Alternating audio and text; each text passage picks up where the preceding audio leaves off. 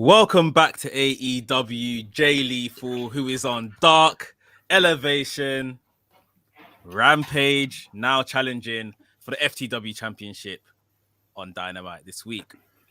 Are we going to see Jay Lethal win this match? We're going to talk about it in just a second, so stay tuned. This is WrstlXtra.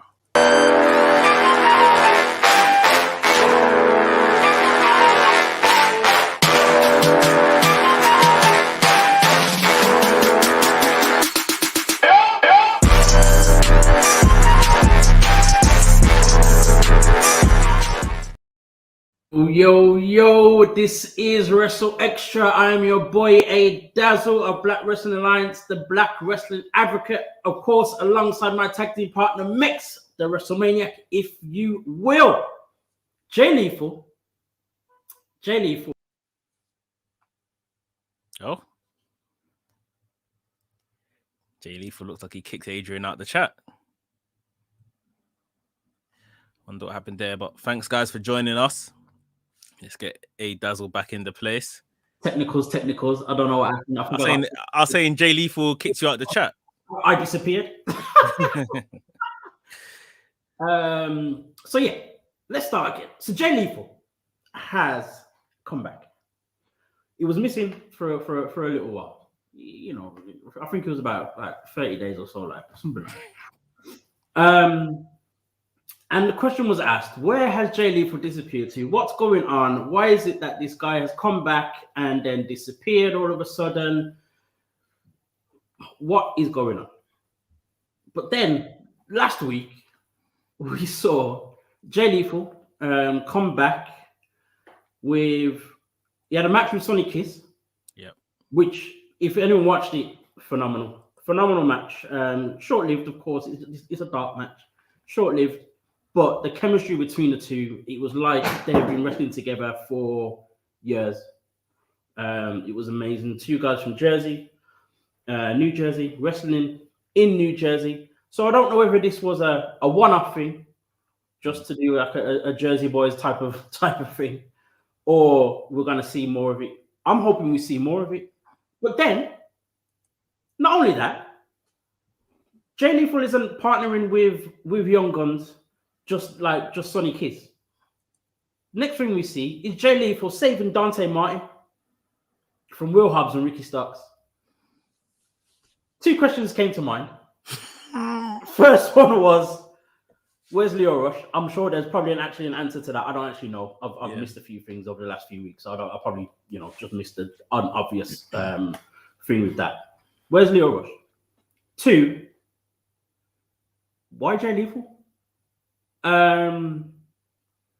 But it seems to me as we've got Jay Lethal the savior right now, because then the following show, or two nights later on Rampage, he confronts Ricky Starks. Ricky Starks was talking trash about Jay Lethal throughout most of the show on commentary. Jay Lethal comes out and of course is challenged Ricky Starks for his coveted, unsanctioned but coveted FTW championship. Mix, what are your thoughts? Can you answer the question of where's Lio Rush? One goes missing, one comes back, one goes missing again. What's going on? And I'm sure that album's finished, so Lio Rush wasn't recording that album either. So what's going on? What's going on? It's almost like they're tagging in and me to you, and all of that kind of stuff. Like, it's very weird. I don't know where Lio Rush is either, now that it's been mentioned. And I don't want to go down this road, but it's like you've taken out one black guy, you've replaced him with another. Like, I'm sure there's other ways without coming to the aid of Dante Martin and making this already convoluted story with Dante Martin and Team Taz and Lio Rush even more convoluted now that Jay Lethal's joined the fray. I'm sure you could have found another way to motivate Ricky Starks versus Jay Lethal.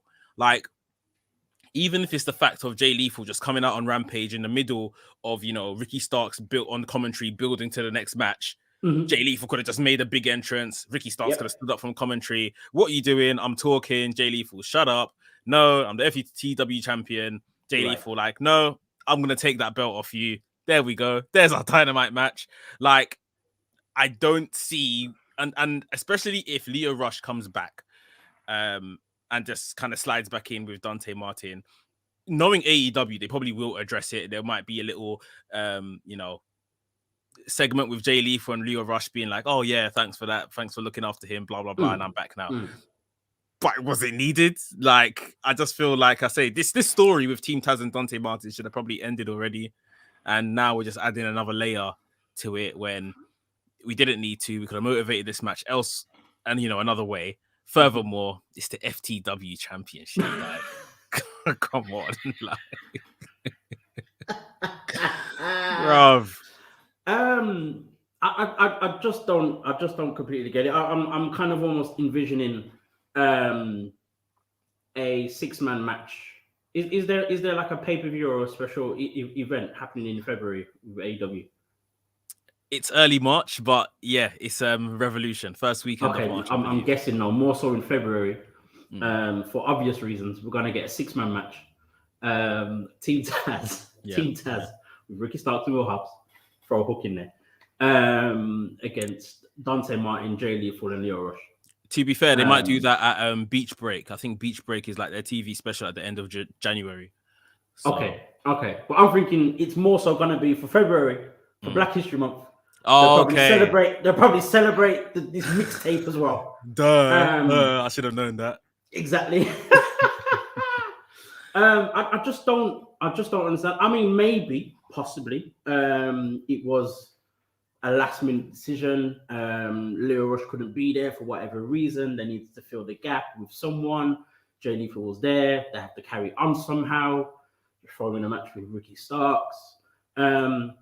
But I guess even just that's just come to my head, probably kills the question I had of, is this finally something to rejuvenate Ricky Starks again? Because let's be real, Jay Lethal is a very, commendable, honorable, excuse the pun, competitor. So do we use that to build Ricky Starks again? Yes, it's the FTW Championship. Yeah, it's supposedly unsanctioned, but yet it gives Ricky Starks something to do. It gives him a strong opponent to beat, or at least to have a feud with. Is this a Ricky Starks thing? Is it a Jay Lethal thing? Is it altogether just a Dante Martin thing? I think this is just, let's just get as many people involved in this storyline as possible thing. Very much the kind of stuff we see with the HFO. That doesn't seem to be much, have much direction. Week after week, it was like Jungle Boy versus Blade, or Blade and Butcher versus I don't know, someone else, Private Party getting involved. It was literally just the same cycle of stuff. Very much like we're seeing now with the Elite and Best Friends. It's just different matches, but the same thing. And very WWE, but anyway, no one would. But anyway, and that's maybe what they're doing now. The thing is, right? Like, I don't mind this. Like you said, it keeps Ricky Starks busy. It's always great to see him in the ring. Jay Lethal, OG talent at this stage in his career. Of course. Like, but Ricky Starks needs to drop that title to move to the next level. Dropping that title may not look very good for him, and how if they're trying to build him to the next level, like they've now basically given him a crutch in that title, especially because you don't recognize that title. So I don't know if for the greater good, Jay Lethal beats him and then Ricky Starks can move on, or Ricky Starks just gets a win here so he looks strong and continues to look strong. But eventually he's gonna have to drop that title. And the person that wins that title, because of the title, isn't going to be a somebody. It's going to be a mid-carder or, slash a nobody. So they have every intention maybe to build Ricky Starks, but eventually he's going to have to drop that title to someone that's not impressive. It's... That whole FTW thing, we knew from day one. I mean, we saw it even with Brian Cage within like the second week that he had it. that it's one of those, you either sanction it or you just get rid of it altogether. It's completely pointless in the position that it's in. I understood it to a point when Taz first brought it out and kind of wanted to make Team Taz, is a very much a heel thing, trying to make Team Taz look as if they're somebody, but with us knowing that they're not purposely. But at the same time, now it's kind of like, all right, this has gone on too long now. Plus, Team Taz aren't doing anything of any significance whatsoever. Like, for example, if look at MJF, for example, now. MJF has that diamond ring. It means absolutely nothing to nobody. But at the same time, because MJF has gone on this gradual progression, it feels as though it's something, if that makes sense. Or he can still brag about it being something because he's becoming someone. Whereas with Ricky Starks, it's like, well, I'm this and I'm that, but and like, he just not. AEW acknowledged the diamond ring. It is something. It's something in the company. Right. This title is not acknowledged. It don't mean nothing. Like, So I don't know what the next move really is. As I said, I think it's either you sanction it or you get rid of it. How you get rid of it, I don't know. Unless it is a thing where, maybe Jay Lethal or someone else down the line comes along and challenge for it, or says, if I win, you have to get rid of that, or something along those lines. That doesn't even make sense. I think to get rid of it, maybe one of two things that immediately come to mind. Team Taz breaks up. Whatever causes Team Taz to eventually break up, that's the end of the title. Or it should probably go to, I guess, the next descendant down, the taker of Hook. Hook eventually maybe turns on, Taz and Hook build up themselves, kick Ricky Starks out of Team Taz. Hook becomes FTW champion. That was his dad's belt. And then through that can be like Hook's little prize until he's ready to kick on to higher things, maybe. Like, I was going to say, but then if Hook had it, you'd have to sanction it. And then it will feel like maybe they held on to it until the white boy had it. No, I don't want to say that. But I said it now.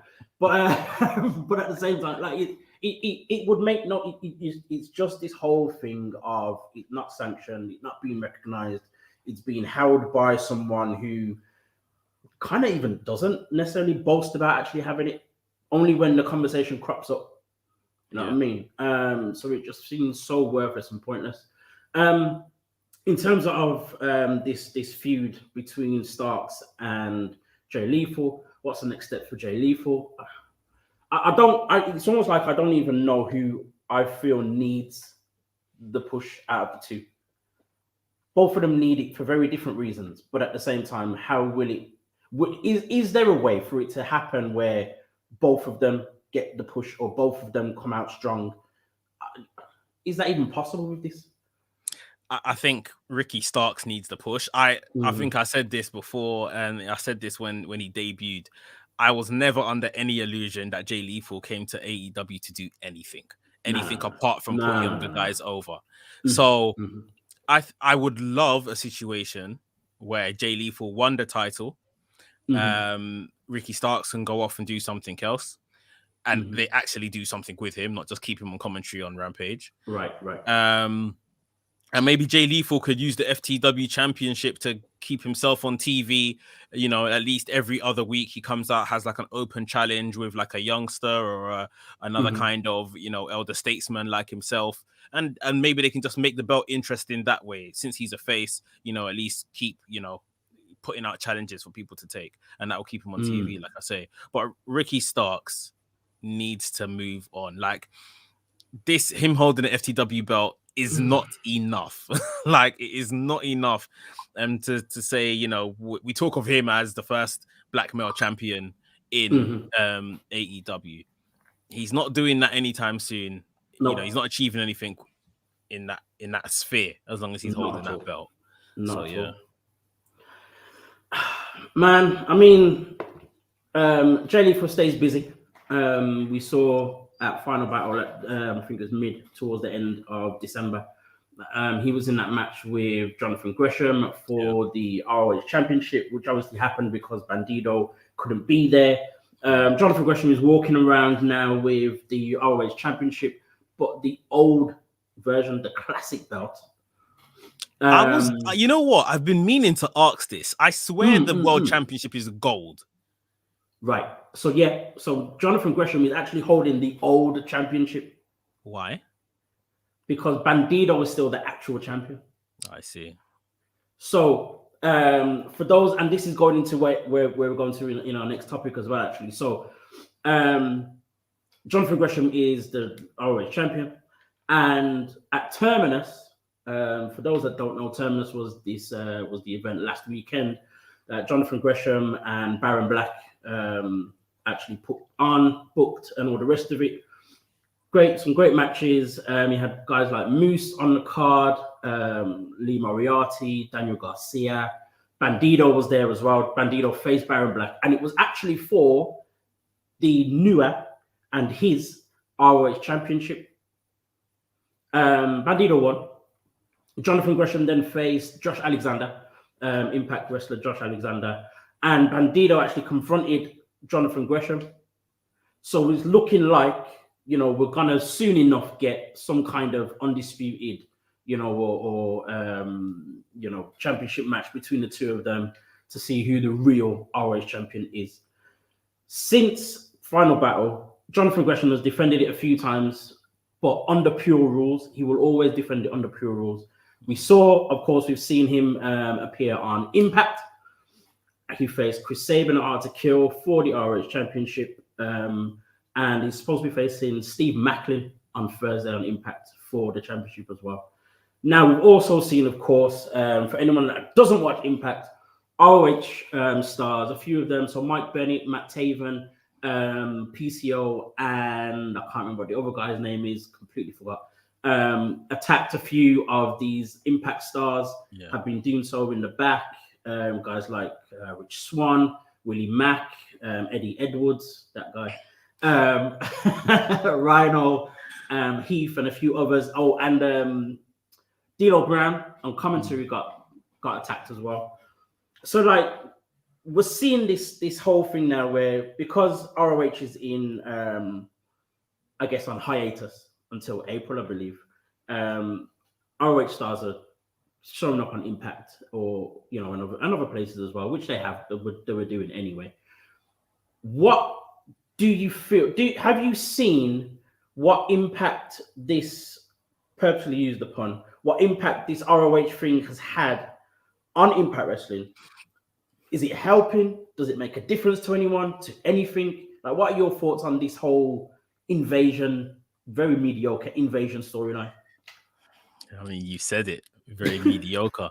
Like, Impact need to change their name, because that is the last thing that show is ever trying to do. They're really not trying to make an impact at all. Like, it just seems like the business is maybe set up to be, another place people can wrestle. Right. They don't show. They're not like any other company. Like, they don't show any kind of intention of growth, of development. Very true. It just seems like whoever is the owner is content. I mean, I don't want to get into football, but it's like the Arsenal owners. Right. I'm an Arsenal fan. It's like, oh, we have a club in London, brings us good money. Should we put more money into it? Nah, it's all right. Like, they're fine. They're getting on all right. Right. And that's how these guys seem to be running Impact, whoever's in charge. And that's why I say it's just no impact. It's low impact. Like, I don't know what they're doing. ROH come in, and like, we've probably all seen it or heard this happening, but have we seen any footage that is like enough of, oh my God, like, I need to tune in and see? You see what I mean? It's like, if we weren't doing the job we're doing, would we know? Would we care? Like, it's very not true. And I don't know whether that's on the ROH guys invade. Probably not, because the Impact are booking it. So it's just like, they probably have every intention for it to be very good, but it's not. I'm sorry, it's not what it should be. The guys doing the invasion are probably not people that the general public are heavily invested in to care and tune in. Mm-mm. We've seen invasions in the past that should have been excellent, that weren't excellent, some that were in some places. But I just don't think no one cares. Like it is what it is. No one really gives a toss, and yeah, take it from here, man. It's so disappointing. Go to the comment from Talk of Champions. Talk of Champions says, "I'm not doing the job you're but doing, and I don't care."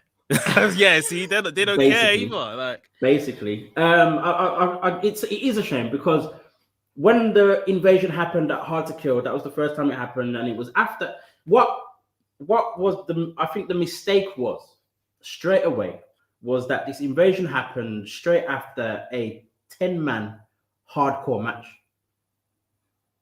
So, Rich Swann, Willie Mack, Rhino, they won their match, and then they were attacked. And it kind of just felt like, right, so you're attacking guys after this mad hardcore match. It makes sense because they're sitting ducks in that sense, but at the same time, the impact you're trying to make has nothing kind of match that just happened. So it didn't stand out. Yeah. And as you said, with the guys that they're using or have, I guess, at their disposal, because we know that quite a few of the ROH guys lost their contracts and all the rest of it. I don't know whether these are just guys that were still in contract or had a longer contract, because a few of them, I think they were supposed to be still getting paid up until March. Maybe these are just those 5. Yeah. Basically. Matt Taven, Mike Bennett, Maria Kanellis, PCO, and the other guy. I completely forget his name. So, yes, Matt Taven is a former Ring of Honor champion. Mike Bennett used to be in Impact. He was a big deal in Impact when he was there. But it's like, what's the point? Who are they? It should have been a thing where, they throw him in there in the mix of, having matches on the show and all that kind of stuff, but not with this whole invasion thing. Let's go back to it being about Jonathan Gresham with this ROH championship.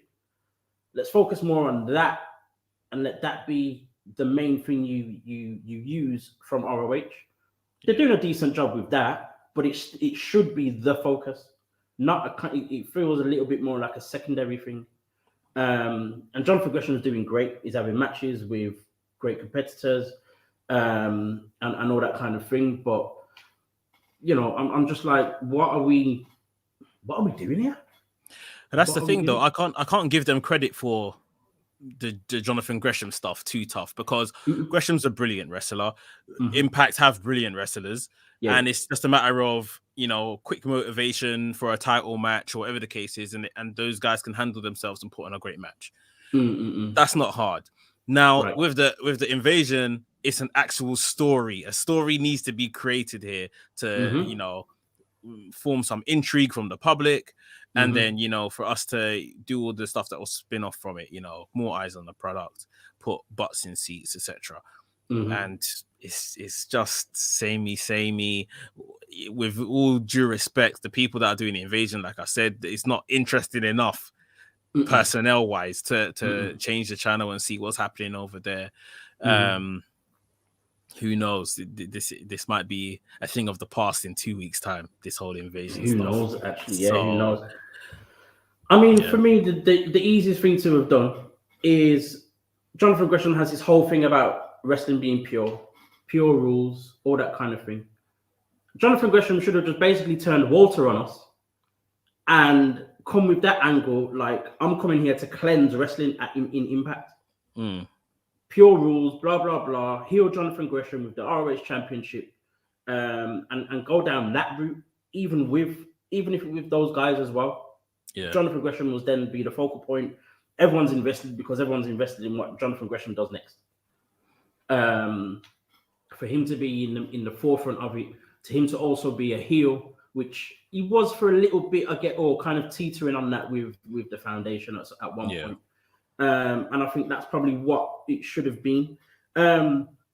What's interesting, and I'll move on to our next little thing, but keeping with our friend John, is recently, I think it was a couple of days ago, John from Gresham was like, had an interview, I think it was with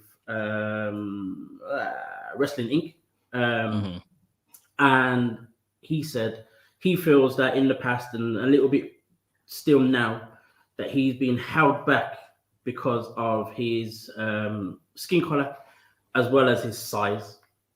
Now, do you think that's kind of still happening now? Do you think that even with him being as great as he is, technically great as he is, him being the ROH champion, ROH heavily invested in him over the last year or so, do you still think that that's the case? Do you think that's what's happening with Impact at the moment?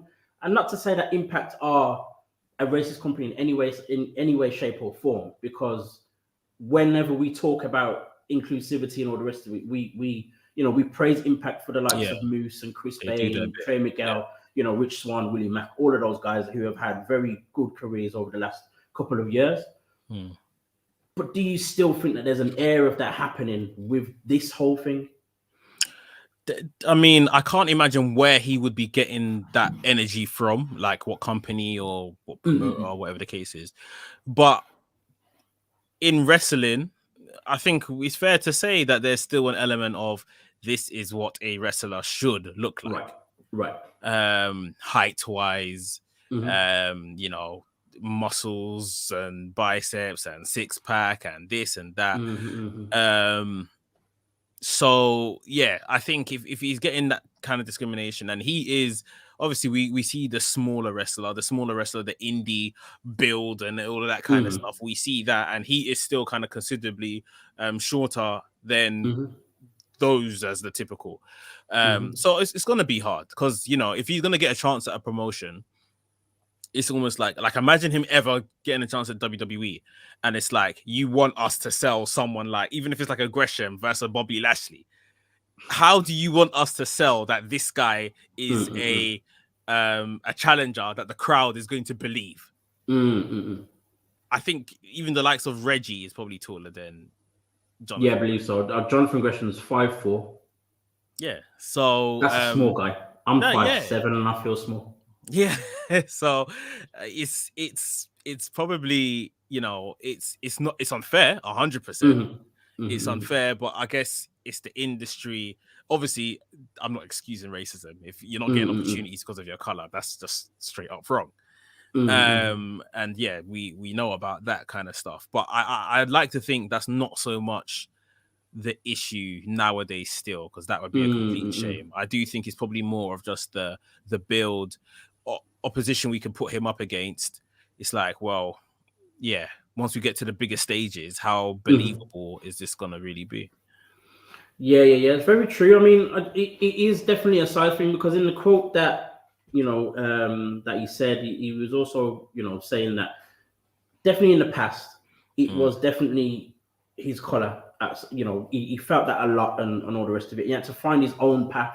So I guess in time he's found the people who he can wrestle for and all that kind of thing, if that makes sense. So while there are still people out there who probably won't give him a chance because of his color, he found those that would. ROH did that. So people will definitely argue that it's not about his color. Yeah. Because the last few years, it very clearly hasn't been. Yeah. But he's found the right place to do that. But then he also mentioned that even when he's with his other African-American, or when he compares himself to other African-Americans who are doing well, Bobby Lashley, Bianca Belair, Montez Ford, Big E, all of those, he sees the clear difference as well is then his size.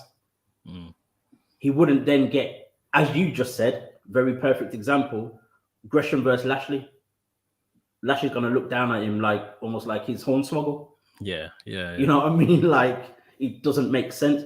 What helps him is his technical ability. That would kind of make things a little bit more realistic in him challenging a guy like Bobby Lashley. Yeah.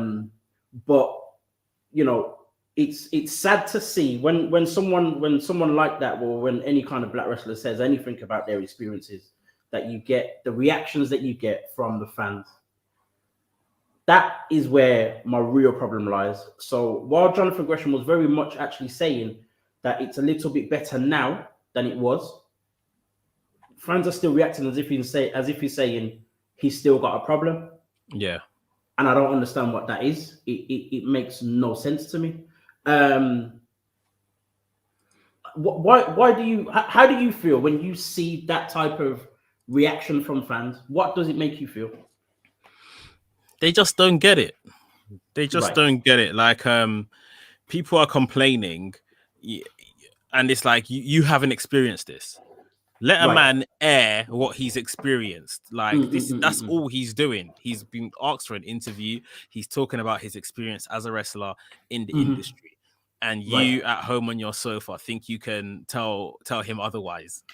Or, you think you have the medicine to the issue. Like, you don't know. Just hear what the guy's saying, and try to empathize with the situation. And this is where fans can use their voice and all that kind of stuff.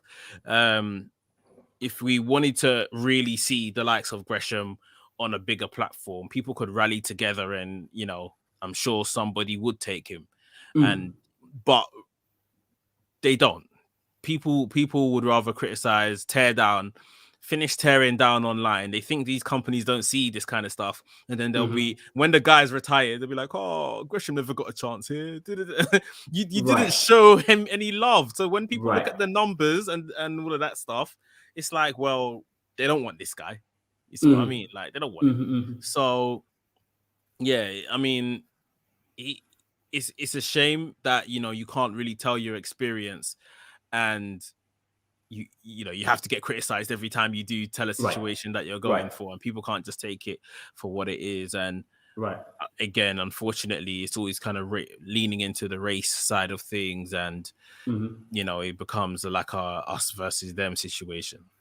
Very much so, very much so. But here's the question though: do you think WWE would give Gresham a chance now?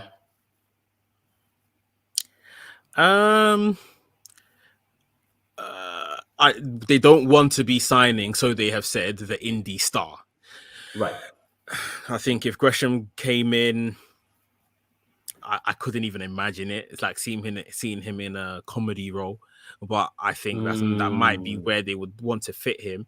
But he would be fantastic in and I say this, an active intercontinental title picture.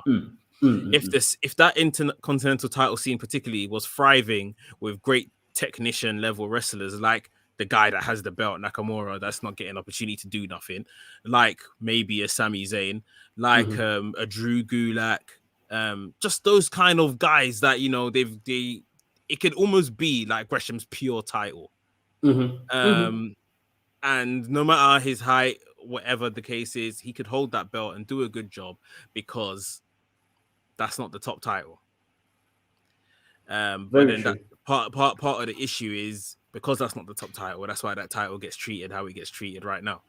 So, personal advice, if I was him, I think the best platform for him, biggest and best platform for him, would probably be an AEW.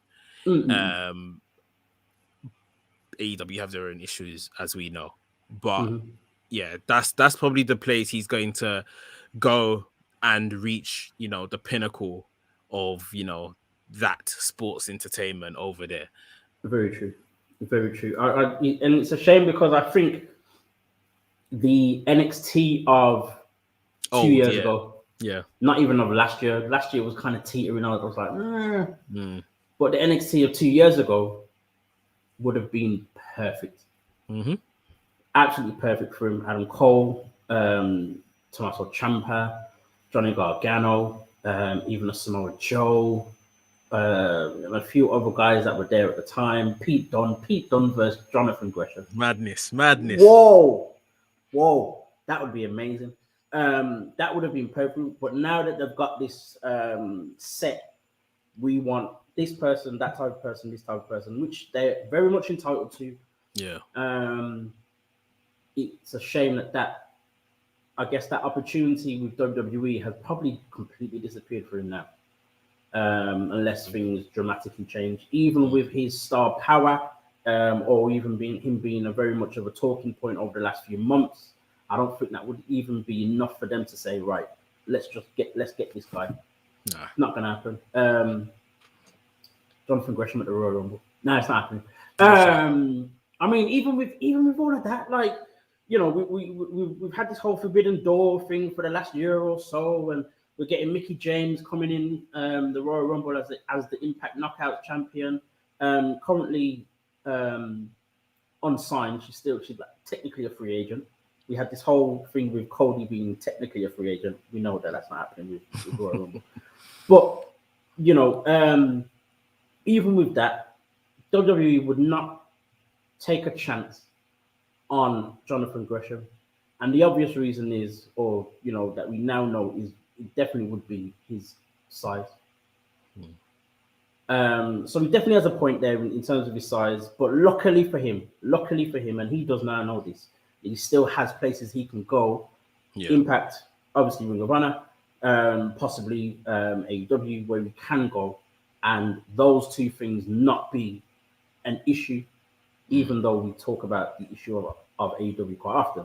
I don't think it would be an issue for him because the star power is just there.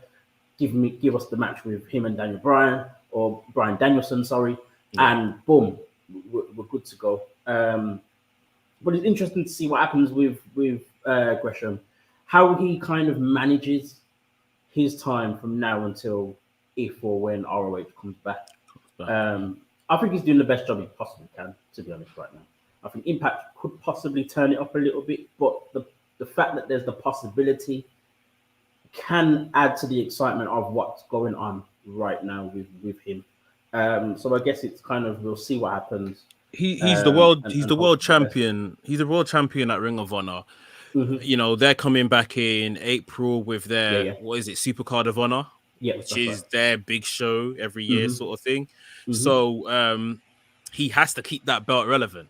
Right. Maybe, you know, that show is main evented by himself and Bandido doing some type of unification thing.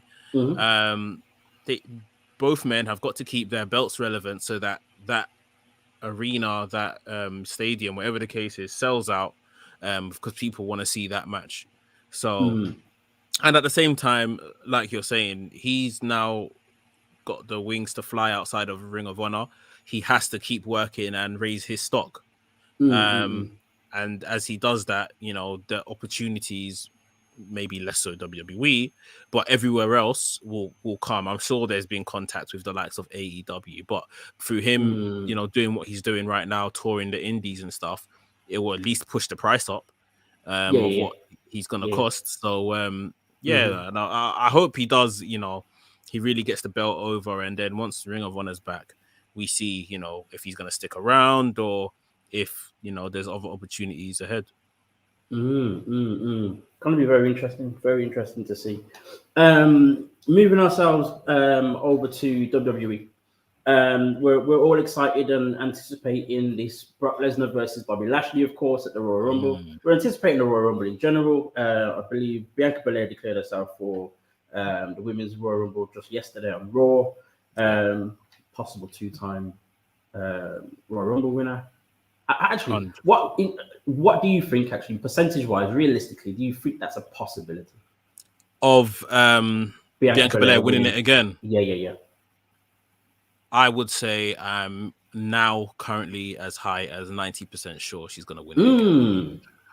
The only other person, there's two people that have come in mind that would win it as well, and Bianca was still my favorite. Sasha Banks, if she was fit, I think she could win it and go and challenge Charlotte.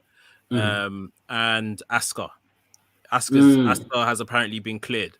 So if Asuka turns up in the Rumble, I think as well, she could win it and go and challenge Charlotte as well. And they can maybe get Bianca to Becky through like the Elimination Chamber or something like that. Yeah. But yeah, I'm very sure Bianca Belair is winning the Royal Rumble. Wow, I'm not so sure. I think it would be it would be a massive statement for me if she won it 2 times. Who do you think is winning it? Say again. Who do you think is going to win then? I think Asuka's a very strong shout. I'm not sure on Bailey's status. Is Bailey still injured? Bailey's still injured. Her and Sasha apparently are not coming back until March. But something is telling me I don't believe that at all. I don't believe the Bailey part. Sasha Banks, maybe, because they've said 6 to 8 weeks. They've said it. If she does a John Cena and comes back like in half that time, then well done. Amazing. This is the thing. It's Royal Rumble season, so they could be stressing all of these times to make people think, she's not going to be there. Not going to be there, and then boom, the turn up. Actually, that's very true. So for me, if Bailey does enter it, for me, Bailey's winning. Okay. Straight up, Bailey's winning. If she enters it, she's won. I'm down. Say again. Yeah, I'm down. I don't mind. I love Bailey. Yeah. Oh no, it wouldn't be a problem for me at all. But to see Bianca Belair do it again 2 years in a row would definitely cement concrete, stone, gold, diamond, whatever, as them really invested in Bianca Belair. We already can see that they are. It's not necessarily a question. The 26-second loss had us questioning it. But if that happens, it's straight up. This is our girl. But that is also why I'm like, are they really gonna do that? Who knows? But I do definitely see her going to Mania in a championship match. Yeah. If she's not already champion by then in some way. But she's gonna have a championship match at Mania, that's for sure. Whether it's through the Royal Rumble, I'm not completely sure about that. Moving back to Bobby Lashley and Brock Lesnar. I saw on Twitter the last day or so. Obviously, we had this whole little exchange of words with Lashley and Lesnar last week, not yesterday, last week on Raw. And, of course, Bobby Lashley was like, Lesnar's been ducking me for the last 20 years. Every time I'm here, he leaves. When I leave, he comes back, all that kind of stuff. MMA, the same thing. Brock Lesnar came back with, knock Bobby Who. Obviously, while you've been gone, I've been winning championships this whole time, both here and in MMA. What have you done? But what was crazy is on Twitter, fans are ridiculous, they make me laugh. On Twitter, there was this whole dialogue of, how is Bobby Lashley saying that he's done this, when all he did was leave WWE and go to MMA, done nothing, and came back. And you're like, hold on. I'm sure this guy went to Impact, won every single championship at the same time. Yep. And then came back to WWE. Mm-hmm. But I guess partly it's not completely the fans' fault in this regard, because if you're a casual fan, all you do is watch WWE. Yeah. Possibly now AEW, but you were only watching WWE. You weren't watching anything else. And then with WWE, they don't mention anything about what Bobby Lashley did in between the time that he wasn't there. Of course. No talk of Impact, or whoever it might have been in the past, like I say with Seth Rollins, for example. No talk of Ring of Honor, Bryan Danielson, whoever else has been there and done stuff on the indies. No talk of that at all. Only WWE exists in the WWE universe. I guess that's probably why it's called WWE Universe, because it's an entity on its own. That's right. Do you see that? Where do you see the problem is in this type of scenario, in people kind of being very uninformed about what Bobby Lashley has done? It then gives them an uninformed interpretation of this guy versus Brock Lesnar coming to Royal Rumble. Is this the fans' fault, or is it the narrative of WWE's fault? Firstly, that video package for Lesnar Lashley to build to that fight was brilliant. Mm-hmm. This is what WWE do best. Great production value. They drew on stuff from Lesnar's past, when him training him in high school, going through the ranks, like you said, went to UFC, came back, etc., etc. They've done the same for Bobby Lashley with him going to the army, in school, etc. Yeah. Now, in terms of if you are a WWE casual fan, like you said, then maybe you don't know what Bobby Lashley has done since then. But it's they covered what they could cover, if you like, in terms of the Bellator stuff. Right. 15 wins, 2 losses is nothing to sneeze at. Have you Right. tried to win 15 fights before? Like, you see what I mean? Like, people don't play that down. Like, I it's didn't even have 15 like, fights at school. exactly. Like, man got into 15 scraps with people his size, like, and won them 17 and won 15. Yeah. So yeah, look, with the Impact stuff, I don't know one person that would have expected WWE to say, "Oh yeah, he was an Impact champion," and we get that image of Bobby Lashley, all the gold around him. Now, did you really expect that? Like, especially if there was this Impact partnership, Right. they would have said Impact. They would have showed images, etc., etc. For anyone that still thinks there is some type of Forbidden Door situation going on here, I think that was you now seeing there isn't. Like you said, Mickie James, as we've heard, is free agent. She doesn't have an Impact contract per se.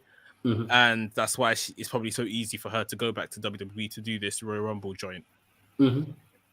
Like, I don't know what people want. They still made Bobby look good. They still said all his accolades. They didn't mention the ECW title that he'd won. Oh yeah, very true. They showed the image of him carrying it above his head. Went to Bellator, said his accolades, came back, 2-time US champion, 2-time Intercontinental champion, WWE champion. He looks like he is Brock Lesnar's equal. So isn't that enough for you? Like, it was enough for me. And I knew they missed out his Impact stuff. But that thing that they gave us, even if I didn't know, I still felt like this was enough to sell Bobby Lashley as Brock Lesnar's equal going into this match. So I was happy with it. Maybe if fans want to do more research and educate themselves, they can go ahead and do so. But I think they done a very good job in letting us know his accolades from that video. For sure. I mean, we talk about them not mentioning his Impact stuff. They didn't necessarily mention the ECW, but showed it. It's part of the history, blah, blah. I mean, come on. They don't even acknowledge the NXT Championship anymore. Exactly. That's true. So we can't expect them to then acknowledge the, Impact in any way, shape, or form. Any other promotion, and we know that this is just what they do. We'll get the talk of obviously AEW is better because they acknowledge everyone. And yeah, that's a very good thing to do. It's a very good thing to do. But then at the same time, it's WWE's prerogative. At the end of the day, yeah, it's not a bad thing that they don't. It's not a sin, basically, that they don't. But as you said, I mean, the guy is a 2-time Intercontinental champion, 2-time US champion, and that's been in the space of time that he's been back. Yeah, that's true. Not before. I think he was US champion before. Yeah, he was US champion before at one point. But that's it. So, and it's very clear. It's very, very clear. I don't think it needs to be questioned in any way, shape, or form that they are now invested in Bobby Lashley in the way that we wanted them to be when he first came back. Yeah. Yes, it's taken long, and let's not do this whole, well, it took 6 years, so it doesn't mean anything anymore, or we're going to tarnish the whole thing, or we're going to tarnish the fact that he was WWE champion because it took WWE 60 years to put a belt on a black man and all that kind of talk there. Let's not go there. As bad as that is, and that's not to, dismiss that was not bad. Yeah. But at the same time, we are where we are, and it's very obvious and clear that it doesn't feel to me as if it's some kind of tick box type of situation either. This is very genuinely, we are invested in this guy, as well as they were with Big E. Probably didn't work out the way that we wanted it to, but as well as they were with Kofi Kingston, again, probably didn't work out the way we wanted it to. But do we expect too much sometimes? I think we do. We're never grateful. Yeah, That's it. yeah. Very true. As I said, whenever we mention, the current difference or the current difference in, the genuine side of how black wrestlers are used in both AEW and WWE. The first, and you talk a little bit more positive about WWE. The first thing is, oh well, it took them 60 years. All right, fair enough. All right, it's a fact, but we are where we are now. It's true. It's very clear that they are very much invested in Bobby Lashley right now. They are building him. So when I'm seeing Brock Lesnar then chop him down, I don't see that as a negative. I kind of see that as right. The chopping him in order for him to beat Lesnar. And that's why I'm a little excited for this whole thing now, because I'm like, right, they've done, that's like almost like their formula sometimes. Yeah. They'll chop this guy down as much as possible. And then when it comes to the match, when it comes to the moment, it's their moment. So I'm like, all right, let's see. Gigi was saying, big up Gigi. He comes on the channel regularly, and he was saying that the one thing that they've done, which they can't really go back on now, is Brock Lesnar saying to Bobby Lashley, "You're just a fake Brock Lesnar." And when Gigi said that to me, I said, "That's it. Then Bobby Lashley has to win, because if Brock Lesnar wins now, it's like he was right." So Bobby Lashley, I mean, I've always thought Bobby Lashley was gonna win, but Bobby Lashley has to beat Lesnar now. He has. That's exactly how I'm feeling. Yeah, he's been called a fake. He's accused Lesnar of ducking him. Lesnar has no-sold him, said he doesn't know who he is, said Bobby who, said that you're a fake me. We've now seen Lashley being attacked by his ex-Hurt Business guys as well. Right. We've got a weigh-in next week on Raw, which I'm hoping is a million times better than what Cody and Anthony Ogogo did. And I'm expecting them to sell Brock as the Beast in that segment. And maybe Bobby Lashley doubts, can I get the job done come Saturday at the Royal Rumble? That has to be the last thing that, because famous last words of "you're just a fake Lesnar." If you die there and Brock Lesnar pins you 1, 2, 3, yeah, man. I can just literally shake his hand and shake WWE's hand and say, you tried, you brought him this far, and he wasn't able to get past the obstacle. If he lost to Lesnar without that line, then fair enough. But now you've inserted that line into play. Lashley has to win. It would be a request your release type situation the next day if he lost it, because that is it. It's very, with that being said, it's actually, it would be very much the and definitely not in terms of a race thing. I'm not going there at all with this, but the Booker T Triple H thing. Yes, very similar. Yeah. It would be very much that. So we, for those that don't know, in the past we had Triple H and Booker T. I think Triple H was the champion. Yeah. And, Booker T was challenging, and, Triple H, it was kind of a bit of a, very much a racial type of thing with that specific thing.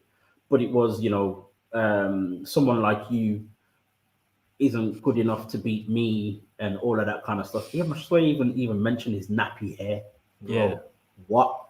But yeah, this whole Brock Lesnar, Bobby Lashley is not that at all. Yes, it's a white man versus a black man, but it's not that at all. But at the same time, if you're going to degrade the man that they've built for the last year or so very, very strongly, degrade him to be the fake version of yourself, then lose? Yeah. Woo! Yeah, that would be an absolute no by WWE in the biggest way possible. So this is why I say, like, for me, it just feels as though this has to be a Bobby Lashley win. And another reason why I feel it's gonna be that, and I said this last week or 2 weeks ago on the show, is because we were supposed to have this match at SummerSlam, but this was while Lashley was the champion. And I believe they've always had a plan for Lashley to beat Lesnar, but it would have been Lesnar coming in on a comeback, Lashley beating him. Lesnar wasn't necessarily happy with that. Again, I don't think it would have made complete sense either, even just in booking sense. It wouldn't have made sense. So to now that we've got what we've got now and Lashley as the challenger, all right, this has to happen. It's gotta be it. It has to happen. It has to happen. I don't see this program continuing post Rumble. Nah, and even within the match, I still expect, maybe the Usos or someone to get involved. It's not going to be a clean finish. And then, like I said, my prediction's always been then Lesnar enters the Rumble and wins the Rumble. And that's how he gets to Roman. Even then, through the Rumble, he might have to overcome the Usos and that trying to stop him. But he'll probably do it because, they need to make him still look strong going into Roman and all that kind of stuff. But I think this is literally it. I think this is pretty much a one and done. To be honest, maybe not, because obviously we have the Saudi show in February now, which has been announced, which is a big show. So maybe they can run it back there. But yeah, I see it as a one and done, once in a lifetime kind of spectacle. Lashley versus Lesnar, and they need top guys on Raw. So Lashley, top full-time guys, that is. So Lashley needs to get it done. Yeah. I mean, obviously also on the other side on SmackDown, we've seen Seth Rollins, who's actually from Raw, go to face Roman Reigns. To me, that's we had to just fill the gap, because we had to make this little change, this last-minute change with Lesnar as champion. Do whatever we're doing. There's no one else on SmackDown right now who's believable challenger to Roman. Let's throw Seth Rollins in there. Roman will beat him. Lesnar will lose to Lashley. We'll then continue to build what we were going to in the first place with Lesnar versus Reigns at WrestleMania, however that ends up being. That's how I'm seeing it. It's going to be interesting, but to think that the last few years, or this 20 years of Lashley being gone, was nothing, or he did nothing, is crazy to me. But yeah, man, I'm really fully invested in this match. And I actually like that it's not going to be a long-term thing. Yeah. I'm actually liking that it's kind of a bit of a stopgap for Brock Lesnar, to go back to the longer storyline of him and Roman Reigns. I don't know how massively I'm invested in that specifically, but at the same time, I'm getting the match that I've waited for God knows how many years, and in the way that I just didn't even expect it to be, the way Lesnar is, the way Lashley is right now and has been built, and it's just mouth-watering. We still haven't had the MVP Paul Heyman exchange yet. It's mad. I don't even know if we're going to get it at this point. If they're doing this weigh-in next week, that's the last chance. Possibly then. To build gotta be there, or we're not getting it unless they put it on the socials. But it's surely too good for the socials. Oh nah, we can't have it as a only social. Nah, we can't. That would be like if they do something stupid, like put it on like Raw Talk or something like that. Like just put that on TV. Like something. Put it on TV. Or backstage WWE.com. No, I don't want to see it.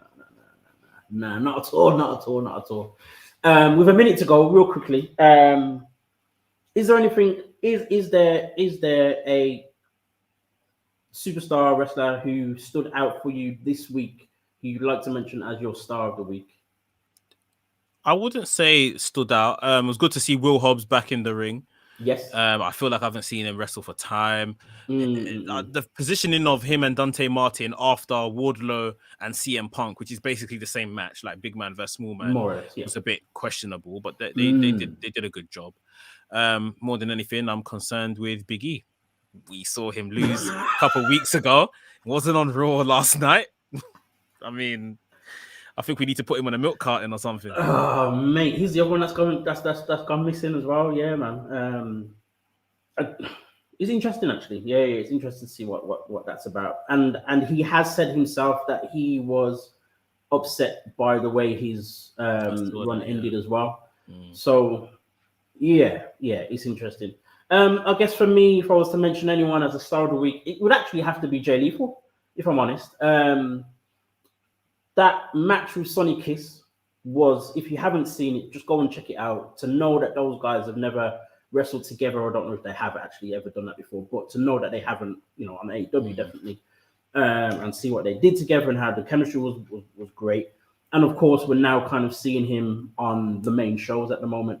Hopefully it lasts. Hopefully it becomes something. There's some substance to it. There's some longevity to it in some way. It doesn't have to always, the whole thing doesn't have to be with Ricky Starks necessarily, but let's give Jay Lethal his flowers, because come 100. On, he has been the Ring of Honor franchise guy for however long now, and for him to just be there, just to be there,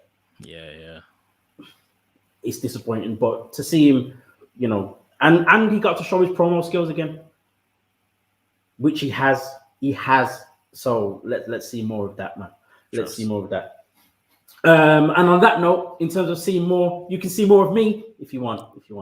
More of me on Instagram, Black Wrestling Alliance, of course, and Black Wrestling A on Twitter. You can catch this guy, Mex the WrestleManiac, on Twitter, WrestleManiac UK, and Instagram at WrestleManiac.uk. Folks, this has been our time. We are out of here. We need to go and eat food, look after kids, and rest. Yes. Basically. See you later, folks. In a bit. Take care, guys.